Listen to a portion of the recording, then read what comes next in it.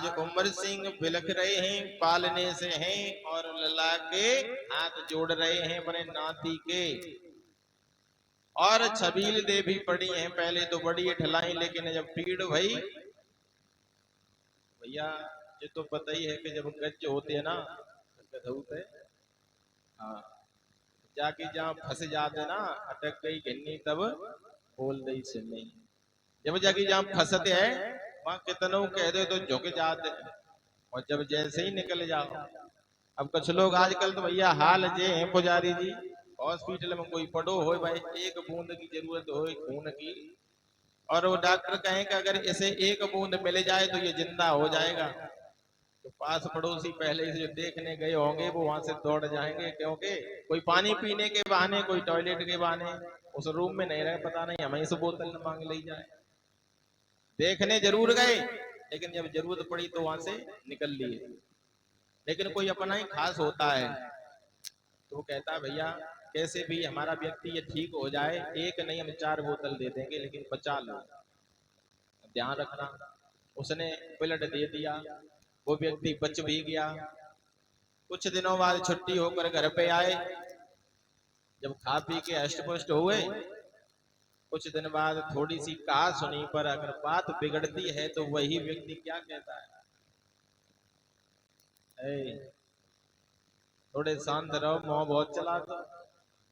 अरे तुमने खून दो तो क्या कर दो, अरे तुमने हमने 1 बोतल दी हम तुम्हें 4 बोतल दी। अब भैया तुम्हारी 4 बोतल लेने के लिए बीमार पड़े हॉस्पिटल में जाए हैं? उस दिन की याद करो जब उसने 1 बोतल दी थी, वो किस टाइम पर दी थी, उस बात को भूल जाते हो। अरे जब अष्टपुष्ट हो गए तब तो तुम 4 बोतल दे ही दोगे। उस समय की याद करो जब तुम्हारे व्यवहारी थे, रिश्तेदारी परिवारी सब भाग गए थे, तब उस व्यक्ति ने बोतल दी थी, ब्लड दिया था, आपकी जान बचाई थी। अगर वो न देता तो तब उस दिन मर जाते। अब जब बचाए लो तब उन्हीं से कह रहे कि हम तुम्हें 4 बोतल दे दी। वो 4 बोतल किसी काम की नहीं, जो वो 1 बोतल काम करे गई वो 4 बोतल काम नहीं करे, क्योंकि उसे जरूरत ही नहीं है। तुम्हें उस समय जरूरत थी। मैंने खुद सुना है और देखा है, ये हालात हैं।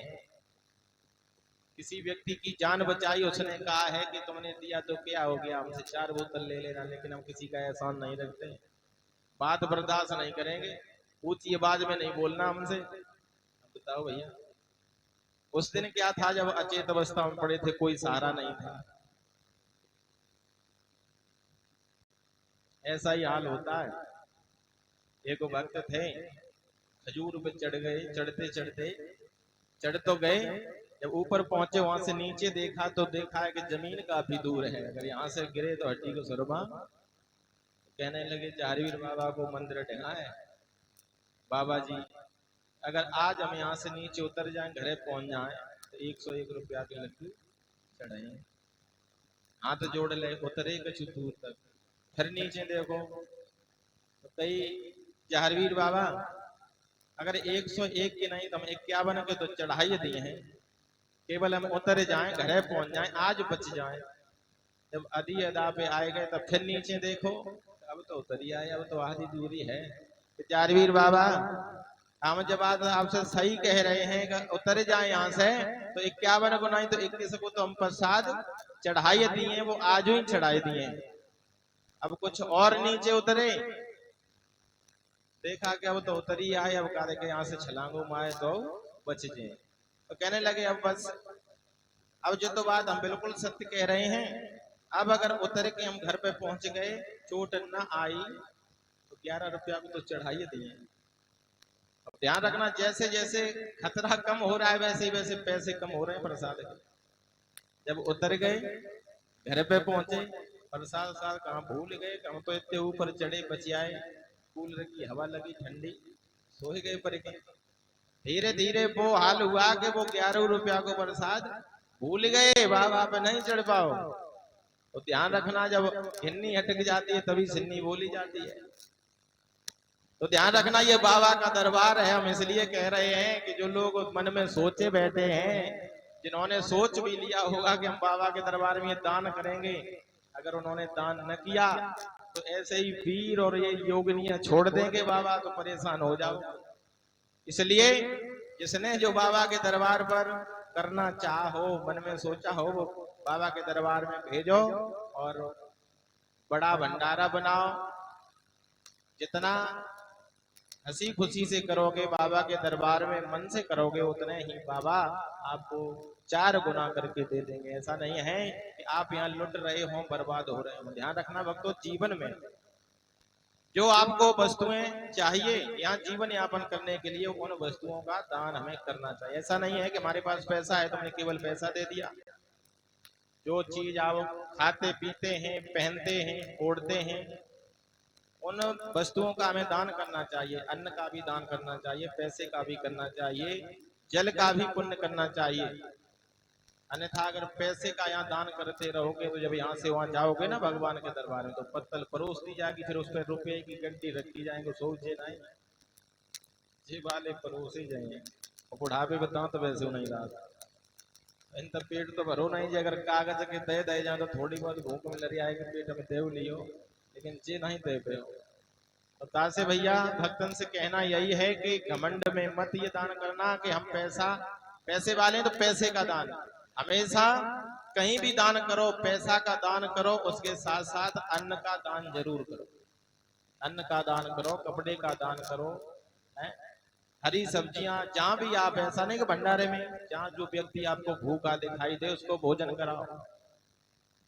इस भंडारे के लिए आप तैयारियां करते हैं, वो भंडारा कहीं तैयारी नहीं। जो व्यक्ति भूखा हो, आपको ये लग रहा हो कि ये व्यक्ति भूखा है, परेशान है, अगर इसे खाना नहीं मिला तो ये मर जाएगा, आप उसको भोजन करा देंगे तो इस भंडारे से 10 गुना भंडारा आपका वो पुण्य का माना जाएगा। अम्बरीश की कथा सुनी होगी आप लोगों ने। अम्बरीश ने खुद भोजन नहीं खाया था, आए हुए अतिथियों का सम्मान किया था, भगवान ने परीक्षा ली थी। महाराज हरिश्चंद्र की भी आपने कथा सुनी होगी। 27 दिन तक निराहार करने के बाद और कालू मेहतर के यहाँ सेवा की थी, भगवान ने परीक्षा ली थी, वो परीक्षा में सफल हुए थे। भक्तों पता नहीं हमारी भी भगवान किस रूप में परीक्षा लेने आए। इसलिए कभी किसी का अनादर नहीं करना चाहिए और कभी भी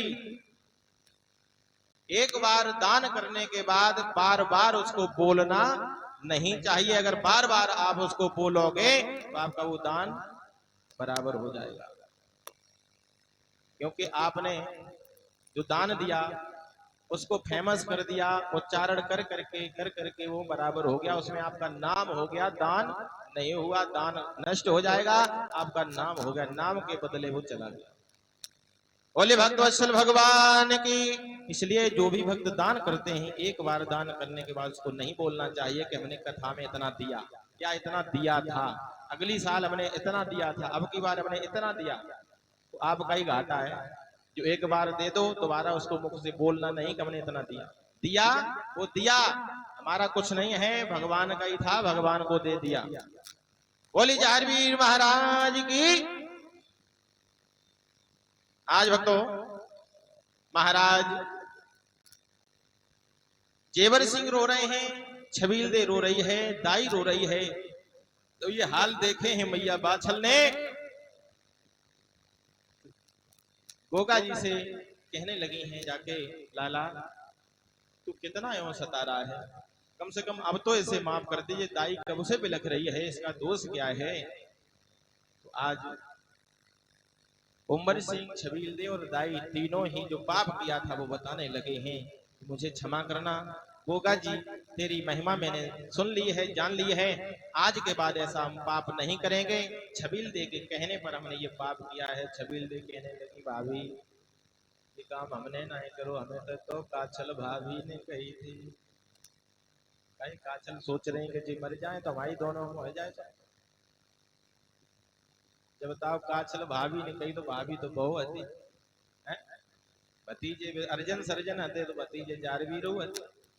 ऐसी हुआ घर में न हो, घर घर में आग लगा। अब हमें तो ही हो सके तो कोई भाभी 500 रुपए की साड़ी दिलवाई दे, कोई भाभी 2000 की दिलवाई दे, जाको मतलब क्यों नहीं कि 2000 वाली की पक्ष करने लगो। अरे आज उसमें कम है तो कम दे दिया, जब ज्यादा हो जाएगा तो ज्यादा दे देगी। तुम तो बराबर समझो, तुम्हारे लिए बराबर है। और जिसने ये घर पे किया उसका परिणाम नहीं लगता है। आज जवाब दिया है कि दाई को विष का कटोरा देकर भेजा था गोगा जी को पिलाने के लिए। दाई भी अंधी हो चुकी थी, उसके आंखों में दर्द हो रहा था, वो पड़ी है, विनय कर रही है, प्रभु आपका ये राजपाट है, आपका ये धन धाम है, परिवार आपका है, हम तो एक गरीबनी हैं, थोड़े से पैसों के लालच में आने के बाद हम ये गलत कदम उठा दिया। अगर मेरे पास पैसा होता, खाने के लिए भोजन होता, तो लालच में नहीं आती। हम लोगों का क्या दोष है?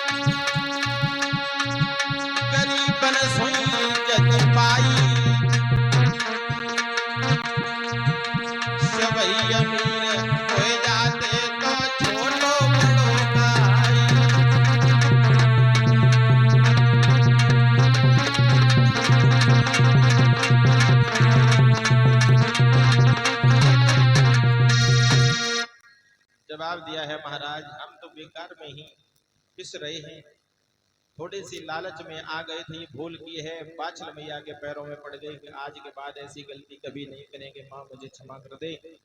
और भक्तों ध्यान रखना, अगर गरीब नहीं होते तो पैसे वालों की इज्जत कौन करता, और खटाई नहीं होती तो मिठाई किस काम की थी। एक दूसरे से ही लोग शोभा पाते हैं। जब दास दासियां नहीं होंगे तो आपका राजापन कैसा रहेगा? जय जयकार करने वाला नहीं है तो आपकी गिनती कैसे सेठों में होगी? अगर आप पैसे वाले हैं तो गरीब भी होगा, तभी आप पैसे वालों में गिनती गिनी जाएगी। अब भैया, राजा के यहां अगर नौकर न हो तो क्या सभी काम राजा करें? राजा जैसे ही सभी लोग हो जाएं तो फिर नौकर कहां से आए? हैं? गरीबों से ही पैसे वालों की इज्जत होती।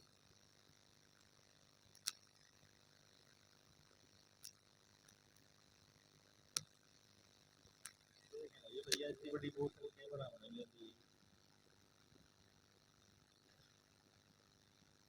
आज जहरवीर बाबा ने मां बाछल के कहने से तीनों की पीड़ा हरी है, वीरों को योगिनियों को रोका। अब रहने दो, इन्होंने जो पाप किया था उसकी सजा इन्होंने पाली। अब ऐसा करो,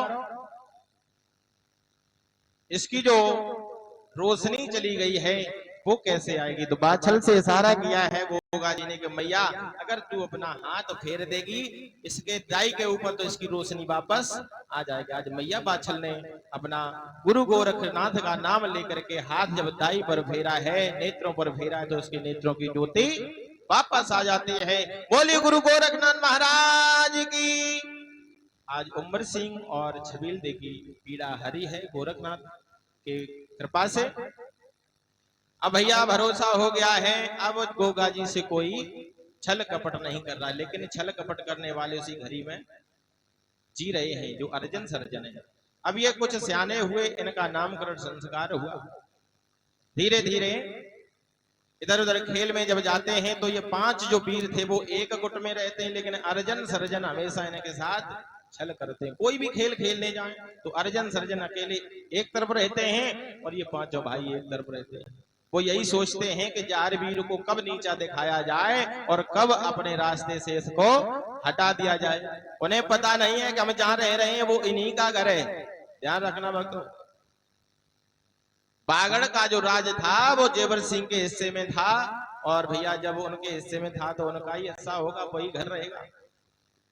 तो उमर सिंह इस बात को जानते थे, तो जहरवीर को युवराज का दर्जा दिया गया और जहरवीर की इज्जत भी ज्यादा होती थी, अर्जन सर्जन की जलती थी इसी बात से। उन्हें पता नहीं था कि हमारा राज दूसरा है, हमारे पिताजी यहाँ डर की वजह से रह रहे, कमजोर थे तो भाई के ही पास रहे। वो साबर का राज्य जो था वो कमजोर हो गया। जब रहोगे नहीं, संभालोगे नहीं तो उन्नति नहीं होगी। अब इसमें ही से वो हिस्सा मांग रहे हैं। तो छल कपट की खान भक्तों ध्यान रखना। एक बात और बता दूं, जिस घर में माँ अपने बच्चों को जैसा सिखाती है वो बच्चे वैसे ही होते हैं। और ध्यान रखना, अगर आप गलत सिखाओगे दूसरों के साथ वो गलत करेंगे, कल तुम्हारे साथ भी वो गलत करेंगे। जिस प्रकार से धुंधकारी को सिखाया था उसकी माँ ने, तो लास्ट में लाठी लेकर के धुंधकारी ने अपनी माँ को ही बेइज्जत किया था। ध्यान रखना, छोटे बच्चों की सबसे पहली प्रथम गुरु होती है तो माँ होती है, और बच्चों को सुधारने का काम माँ करती है।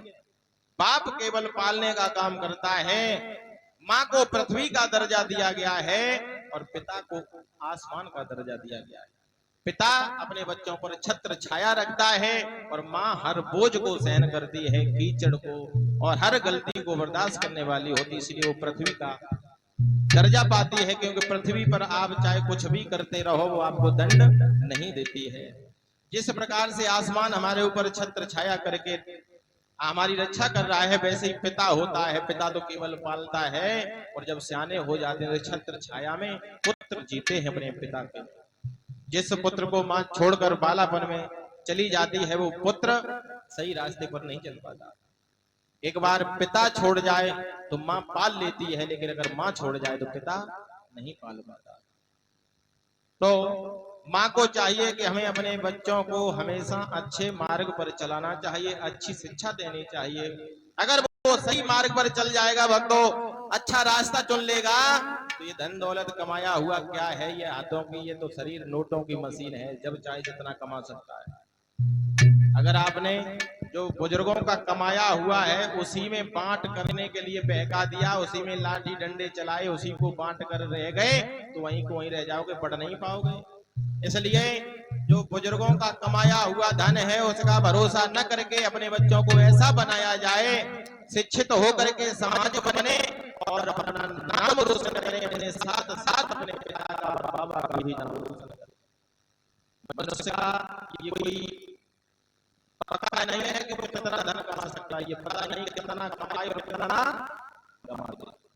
कुछ लोग कमाने वाले हमें देखे पूरी जगह तो भैरी में कमा रहे, मेहनत कर रहे, शाम को पहुंच गए।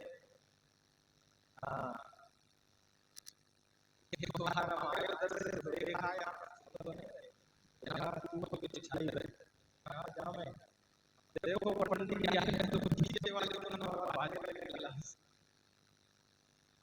डीजे जब रहती नहीं लगे थे,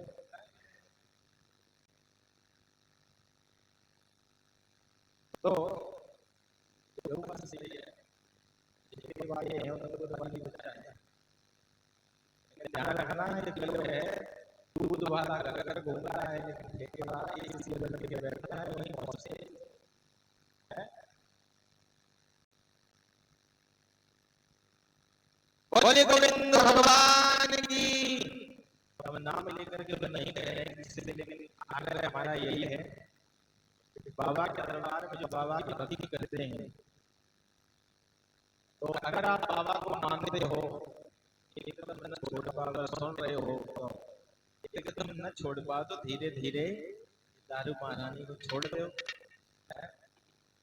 अब जब कहें हम तो पैरों को जला दिए, जब कहते हैं बाबा के पुजारी मनो दारू छोड़ का तो बाबा के तो पैरों को जला दिए।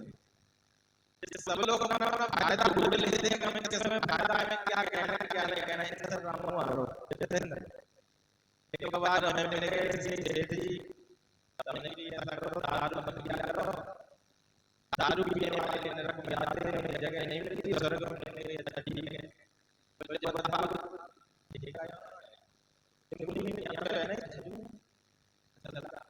कैसा हम ठेका है, वो दारू जैसा वो बनाएगा, वो भी नरक में जाएगा, वो दारू बेचता है। अच्छा ठीक है, और ये बताओ हमारा विकास भैया है वो ऐसे बैठे हैं, सहयोग करते हैं, वो भी नरक में जाएगा। अच्छा और वो वालों फलाने में यार हमारे वो भी जाएगा। अब वो वैश्याओं की संगत भी किया करते थे, तो उन्होंने कहा वो वैश्या वो कहाँ जाएगी, तो वो भी नरक में जाएगी। तब मैंने कहा हम दारू का छोड़े, जब हमारे दोस्त नरक में जाए, वैश्या नरक में जाए, ठेका वालों नरक में, सब सुविधाएं हेल मिल नहीं तो होने मिले, तो हम तो धनाधन भी अगर शिक्षा दियो तो उल्टो ही आपको शिकायत नहीं है। बोले गोविंद भगवान की। पुजारी जी डाल ले तो है कौन सी वाली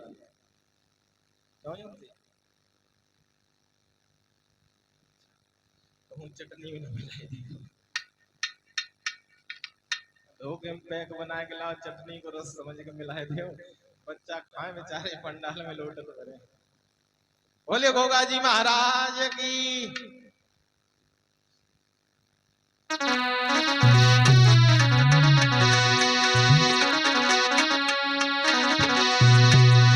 एक भजन बोल लो ताली बजाते हुए। बाछल वाले सो की बाछल वाले सो मेरी पुरानी यारी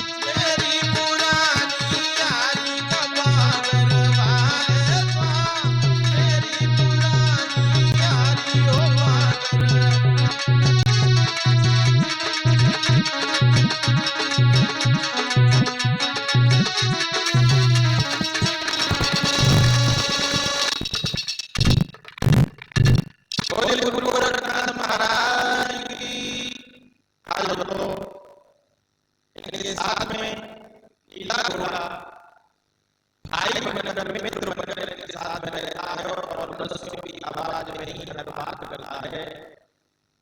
नीला घोड़ा जितना विश्वासी है उतना विश्वासी कोई भी नहीं। हालांकि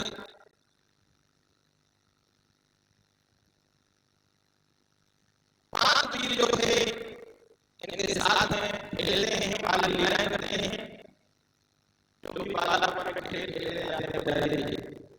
क्या क्या खेला वाला करता है कुछ खेल आते हैं कुछ नहीं भूल गए। अरे बहुत कुछ खेला करते हैं आज कल के बच्चे बेचारा खेले हुए बैठे हैं। यदि शरीर में बचना हो तो उनको समझ जाएगा खेल भी होता नहीं करना। बोलिए सतगुरुदेव भगवान की।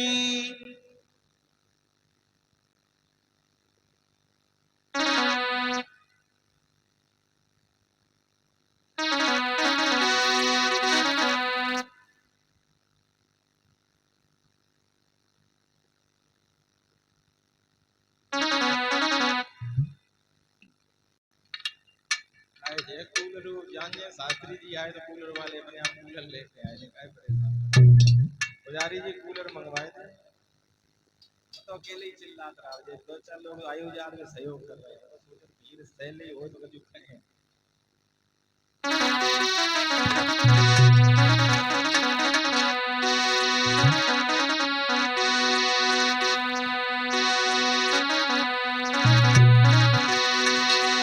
सभी भक्त एक दो लाइन का संकीर्तन बोलेंगे, उसके बाद आगे की कथा श्रवण करेंगे।